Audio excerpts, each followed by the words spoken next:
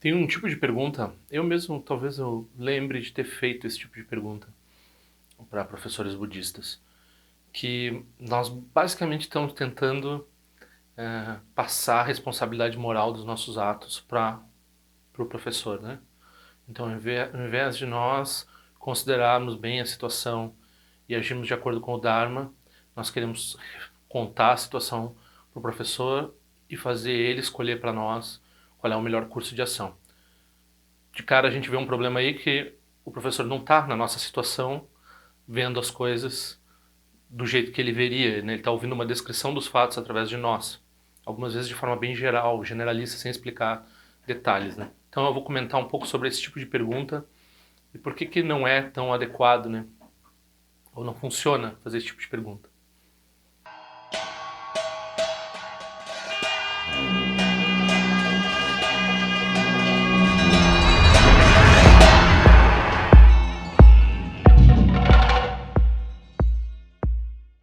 Tenho bastante desses cartões ainda para enviar. Quem quiser receber, por favor, envie o endereço de correspondência para esse e-mail aqui embaixo.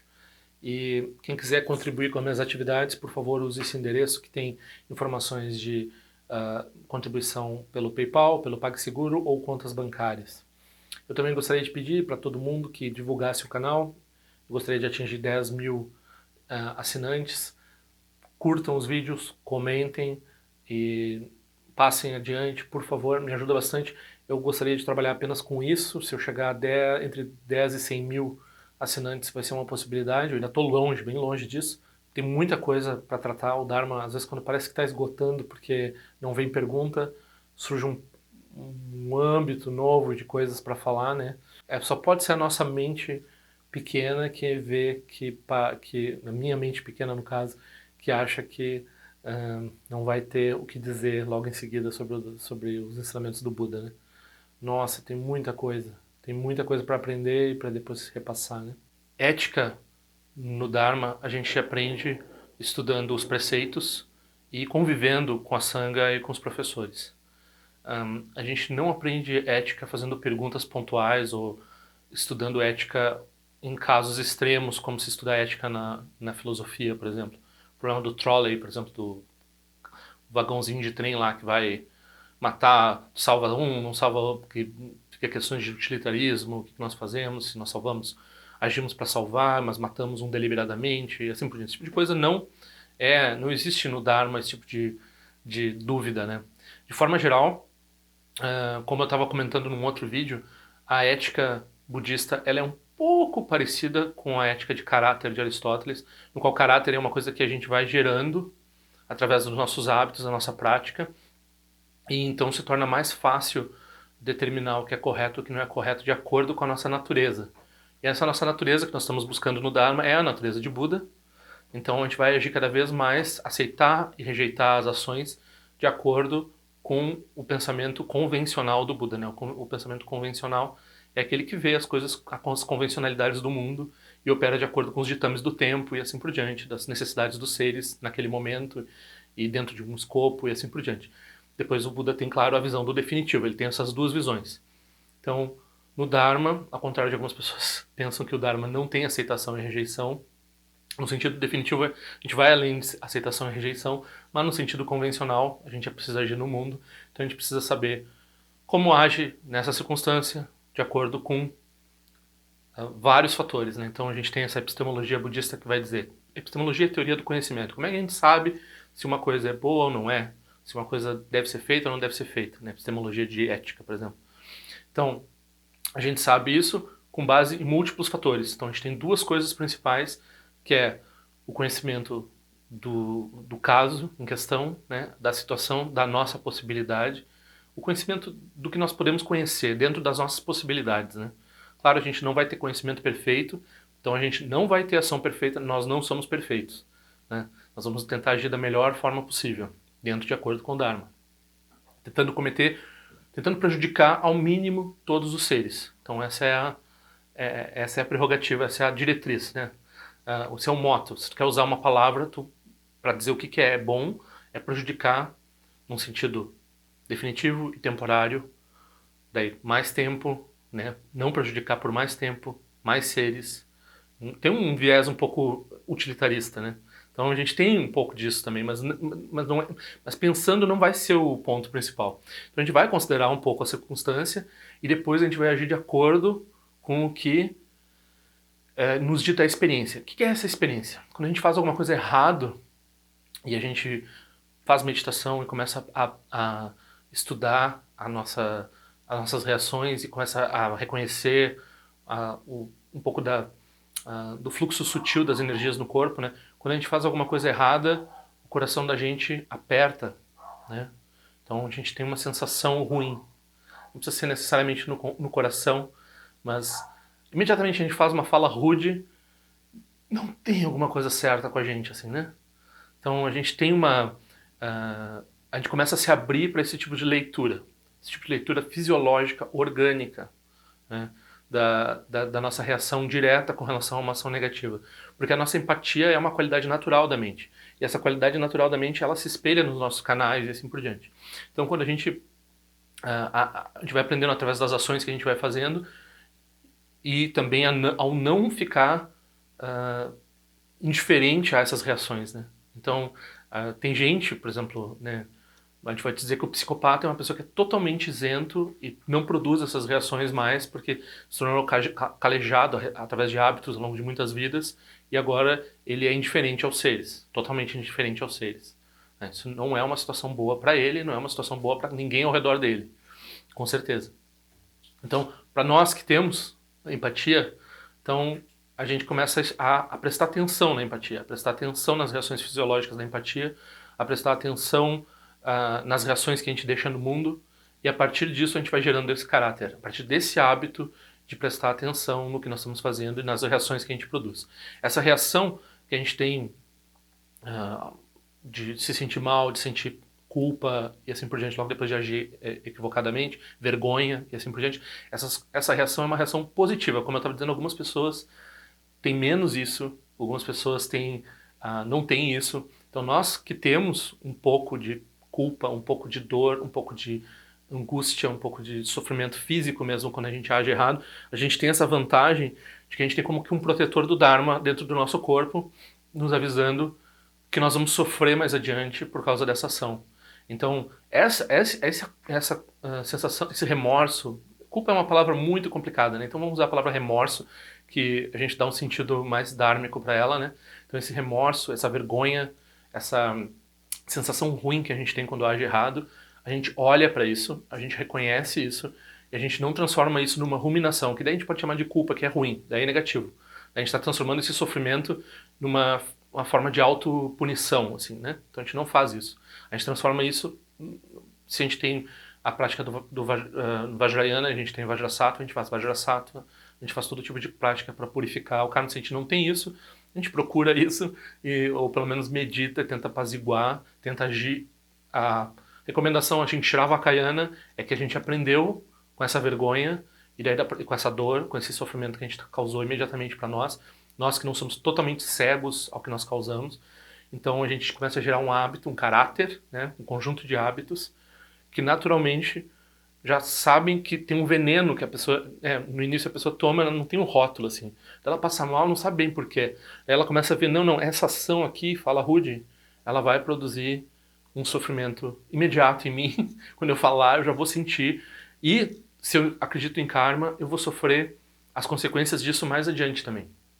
Então eu não quero isso, então eu não vou agir dessa forma. Então são duas vertentes aqui de pramana, né, de epistemologia.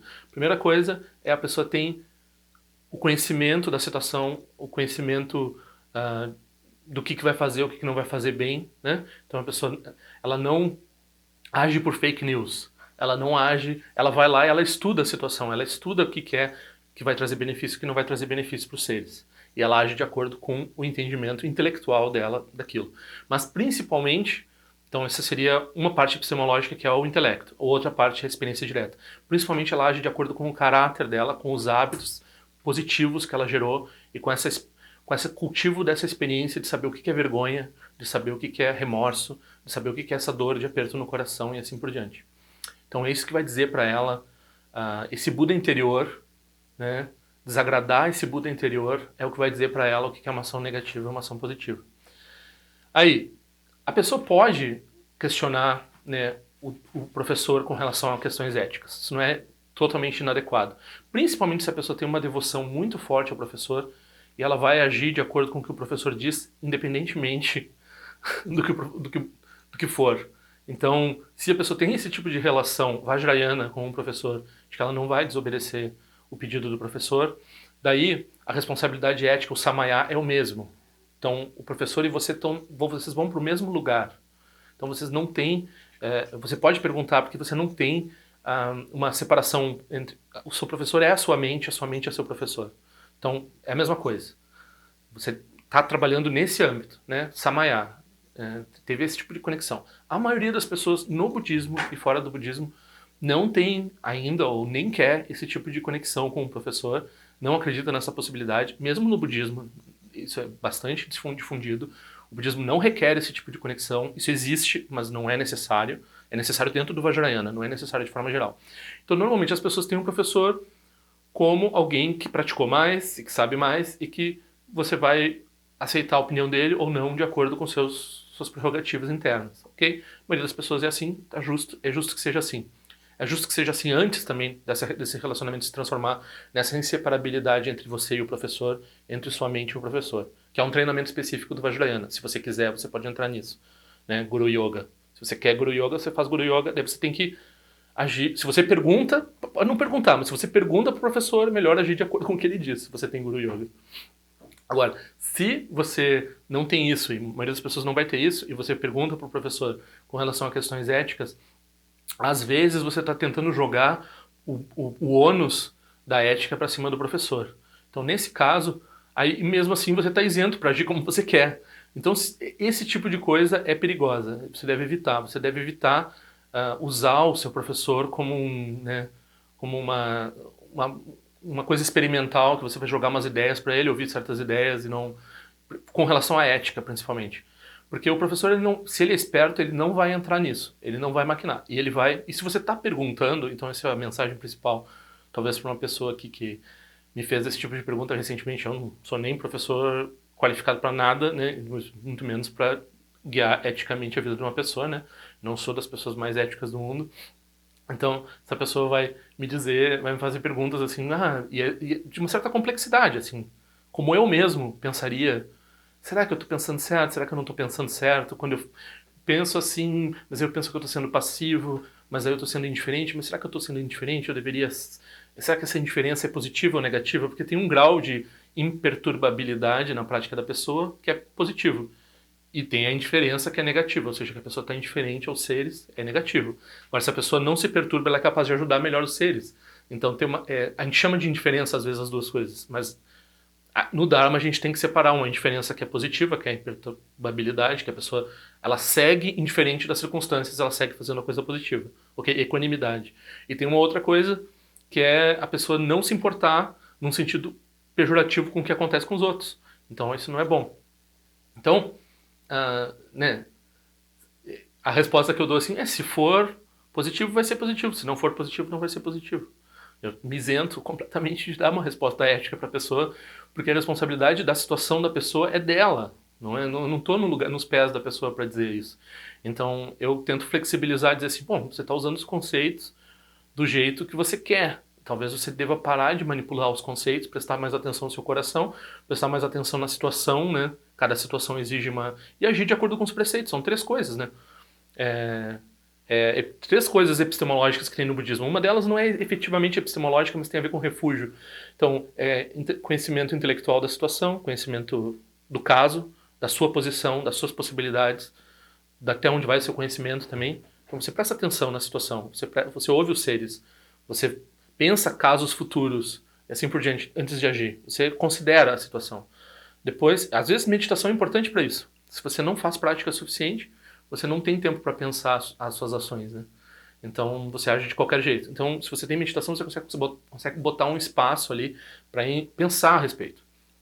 Depois, você presta atenção no caráter, hábito, a fisiologia, o remorso, a vergonha, tudo isso junto. Assim, você pensa como isso vai me abater. Se eu agir, eu já posso sentir assim, eu vou fazer isso, vai produzir alguma coisa em mim negativa? Se vai produzir alguma coisa negativa em mim, se vai produzir alguma coisa negativa em mim, eu paro. Vai estar contra o meu caráter, que no fundo é a natureza de Buda que eu busco. Né? Ok? E daí a terceira coisa é escrituras, é o que o Buda disse. Então a pessoa está incerta com relação a um, incerta com relação a dois.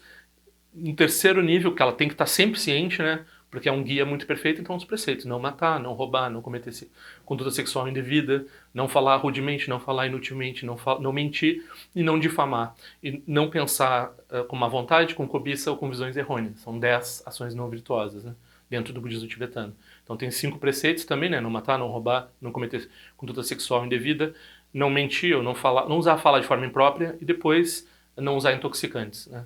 Então, são um conjunto de 5 ou um conjunto de 10. Você, de acordo com a sua tradição, você escolhe. Isso daí é referência textual. Não é uma epistemologia, é uma coisa assim, você se refere ao que o Buda ensinou. Porque você tem refúgio, você toma votos, você tem que agir de acordo com o que o Buda ensinou. Isso vai guiar você para você entender melhor seu coração, vai guiar você para você entender melhor a situação. Os preceitos, eles surgem em conjunto, né? Então, são essas 3 vias. O que o Buda disse, o que você pensa e o que você não é bem sente, mas é o que você tem em termos de hábito, o que você tem em termos de caráter, o que você tem em termos de natureza de Buda para operar de acordo com a situação. Não joguem para cima, principalmente pessoas que nem eu, assim, não joguem para cima de nós questões éticas para nós resolvermos e para você depois dizer que agiu de acordo com o que a gente falou e depois deu errado e agora a culpa é sua, ou então, não, eu vou ouvir tudo que esse cara tá falando, não vou agir de acordo com o que ele tá falando, porque tanto faz o que ele fala, né? Então, ou você tem uma relação lá de guru yoga com o seu professor, e daí a mente é a mesma, né? E daí você e ele é a mesma coisa, é o mesmo ser, quase, basicamente. Então você vai agir de acordo com o que ele disse, independentemente do que ele disser, porque ele é tão bom quanto sua mente. Esse é o treinamento do Vajrayana. Você não precisa entrar nisso. Se você entrou nisso, tem que agir assim. Aí, uma alternativa é não perguntar. É simplesmente você pensar como, né, o Rinpoche faria. Então, como o Rinpoche faria, né, como os cristãos fazem, o que Jesus faria nessa situação. Então, você pensa, o que o Rinpoche faria nessa situação? Aí você é o Rinpoche e você vai agir como o Rinpoche. Né? É a alternativa para não perguntar. Se ele está vivo, e você pode perguntar, e é uma coisa meio difícil de dizer, aí você pergunta. Se ele falar, você faz. Guru Yoga. Quem não tem isso, quem tem Kalyana Mitra, né, amigo espiritual, que pode ser uma pessoa que está mais avançada no Dharma e que pode responder suas perguntas e dirimir dúvidas, e você tem um outro tipo de relacionamento com ele, daí nesse caso, aí você evita também fazer esse tipo de pergunta porque você vai obedecer ou não e porque você não quer jogar a responsabilidade de uma pessoa que não está com o seu sistema fisiológico, que não está vendo a situação com seus olhos, porque não está na sua posição, que não tem as mesmas capacidades que você. Você tem um conjunto de capacidades, o outro ser lá tem outro conjunto de capacidades. Então, não é adequado. De forma geral, se você está perguntando questões éticas, questões de saber o que eu tô, o que é correto ou não, dentro até da minha mente, que eu estou pensando, não estou pensando, e fazendo manipulações de palavras assim, você está errado. Se você está fazendo isso, você provavelmente está errado. Mas isso também não quer dizer muita coisa com relação a você, ou com relação a eu, com relação a qualquer outro ser. Nós estamos imersos nos clashes, então provavelmente a gente está errado. Esse é o problema geral. Então a gente está praticando o Dharma para ficar mais certo, para chegar mais perto dessa natureza de Budas e exemplificar mais o nosso próprio Guru, o próprio Buda, né, através das nossas ações. Então essa é a prática, né? Revelar as qualidades da natureza de Buda, revelar as ações do nosso professor, revelar um, um conhecimento onisciente do que é aceitar e rejeitar, do que é bom, do que é ruim, e também ter o olho no definitivo, tá além, né, dessas circunstâncias. Ademais, a gente já sabe, quem tem Vajrayana tem Vajrasattva para fazer, sempre, a gente sempre tem ações negativas, não pensem que a gente não tem ações negativas, a gente tem ações negativas todos os dias, então tem Vajrasattva para fazer todo dia, tem acumulações de Vajrasattva para fazer em qualquer prática Vajrayana, e quem não tem Vajrasattva vai fazendo esse exame, essa mindfulness ética. Se usa a palavra mindfulness, né? Então, quando eu ajo, eu percebo o que eu faço, percebo o que acontece comigo, percebo o que acontece com o outro, e eu direciono os meus hábitos para ser mais ético, e daí isso prejudica menos a mim mesmo, prejudica menos aos outros. E em seguida a gente lembra que ética é muito importante para meditar. Então a gente está beneficiando os outros eticamente, não para ir para um reino superior, mas para poder fazer prática, para poder reconhecer o definitivo, para atingir uma realização, para então beneficiar muito os seres, com as qualidades grandiosas, ilimitadas da iluminação, né? Então a gente está fazendo esse treinamento ético, não por ele mesmo, não para ser uma beata, para ser um moralista da escolinha ali, para dizer que os outros estão errados. Muito ruim isso, muito ruim ficar vendo as faltas dos outros, muito mais importante ver as próprias faltas. Então era esse o recado. Se perguntou, é porque provavelmente tem um problema nas suas ações. Porque geralmente tem um problema nas ações, porque a gente sempre pode melhorar. Então também não ficamos chateados com isso.